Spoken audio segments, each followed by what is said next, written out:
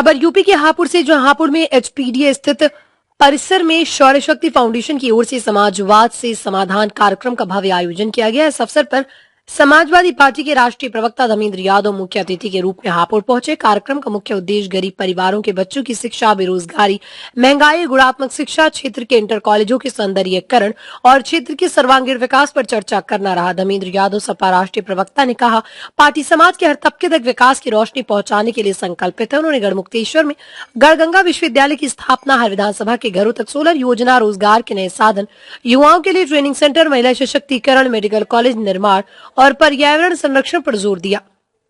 साथ ही गंगा की स्वच्छता और हर गांव में लाइब्रेरी व सौर ऊर्जा ट्रेनिंग केंद्र की स्थापना को भी प्राथमिकता बताई गई। फाउंडेशन ने किसानों की फसल का उचित मूल्य तय करने, आत्मनिर्भर और स्वावलंबी गांव बनाने की दिशा में कार्य करने का संकल्प लिया।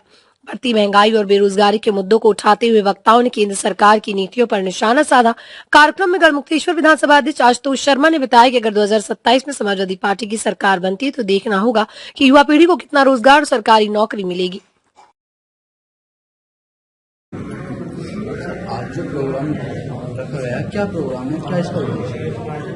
आज जनपद हापुड़ में समाजवाद से समाधान कार्यक्रम का आयोजन किया गया था और ये जो समाजवाद से समाधान कार्यक्रम है हापुड़ जिले के चारों ब्लॉक में चलाया जाएगा।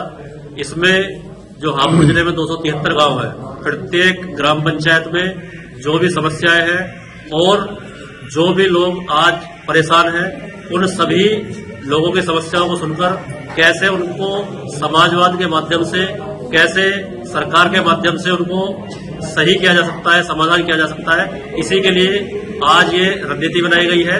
और हापुड़ जिले में समाजवाद से समाधान प्रशिक्षण केंद्र का भी आज शुभारंभ किया गया है। यहाँ पर पूरे हापुड़ जनपद के 273 गांव के जो नौजवान हैं, जो समाजवाद विचारधारा रखते हैं, समाजवादी से प्रेरित है और जो समाजवाद के माध्यम से देश में कुछ करना चाहते हैं, आगे बढ़ना चाहते हैं, उनके लिए ये एक ऐसा प्लेटफॉर्म भी हम लोगों ने आज शुभारंभ किया है।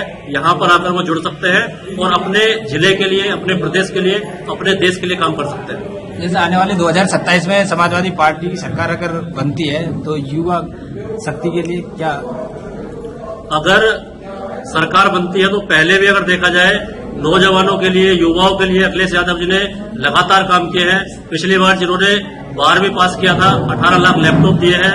इसके अलावा तमाम योजनाएं चलाकर स्कॉलरशिप दी है, हायर एजुकेशन के लिए स्कॉलरशिप दी है।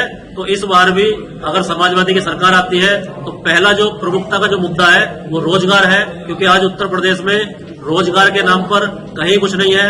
अडानी को 1000 बीघे जमीन दे दी जा रही है और उत्तर प्रदेश का नौजवान सड़कों पर घूम रहा है और अगर रोजगार मांग रहा है तो लाठी खा रहा है। तो हमारा जो मुद्दा रहेगा, या जो समाजवादी सरकार आने पर पहली प्राथमिकता रहेगी, नौजवानों को रोजगार दी जाए, शिक्षा दी जाए और बेहतर सुख सुविधाओं के साथ वो भी अपना जीवन आत्मनिर्भरता के साथ, स्वावलंबन के साथ जी सके, यही प्राथमिकता रहेगी। समाज से समाधान को लेकर इस विषय में आपका क्या कहना है? आज जनपद हापुड़ में समाजवाद से समाधान एवं तकनीकी प्रशिक्षण कार्यक्रम का आयोजन किया गया है। श्रद्धेय नेताजी कहते थे कि लोकतंत्र की हर समस्या का समाधान समाजवाद है। उसी लाइन को आगे बढ़ाते हुए हम लोगों ने इस कार्यक्रम का आयोजन किया है और इस कार्यक्रम के माध्यम से पूरे हापुड़ जनपद के चारों ब्लॉक में जितनी भी समस्याएं हैं, सब समस्याओं का आकलन किया जाएगा और इकट्ठा करके उन सब समस्याओं के समाधान के लिए एक टीम गठित की जाएगी। और हम कोशिश ये करेंगे कि इस जिले की जितनी भी समस्याएं हैं, उस समस्या के समाधान में समाजवादी पार्टी का अपना योगदान सुनिश्चित हो।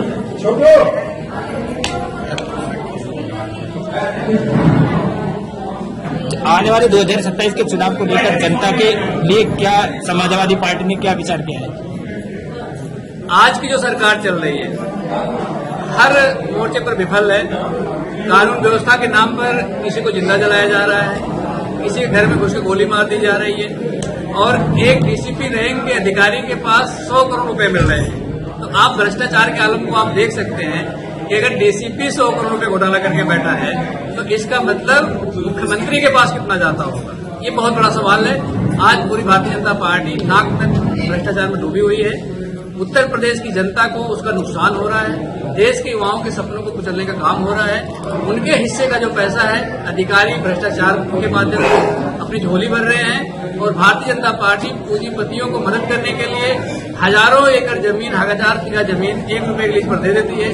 तो मुझे लगता है कि इस देश में और उत्तर प्रदेश में खासकर युवाओं के जो सपने हैं, उनके हिस्से की जो नौकरी है, उनके हिस्से का जो रोजगार है, उनके हिस्से का जो पैसा है कहीं और जा रहा है भ्रष्टाचार के माध्यम से, उसे रोकने का काम करेंगे।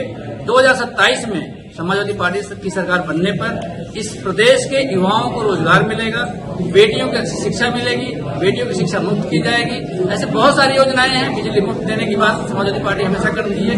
तो इस प्रदेश की खुशहाली के लिए हम कोशिश ये कर रहे हैं कि 2027 में भारतीय जनता पार्टी को विदा किया जाए और उत्तर प्रदेश को खुशहाली के रास्ते पर ला करके हर व्यक्ति के सपनों को पूरा किया जाए, किसानों की समस्याओं का समाधान हो, युवाओं को रोजगार मिले, कानून व्यवस्था सही रहे, भ्रष्टाचार पूरी तरह से खत्म हो जाए। तो इन सब मुद्दों को लेकर के हम जनता के बीच में जाएंगे और अब 2027 में अपनी सरकार बनाने के लिए उनसे निवेदन करेंगे।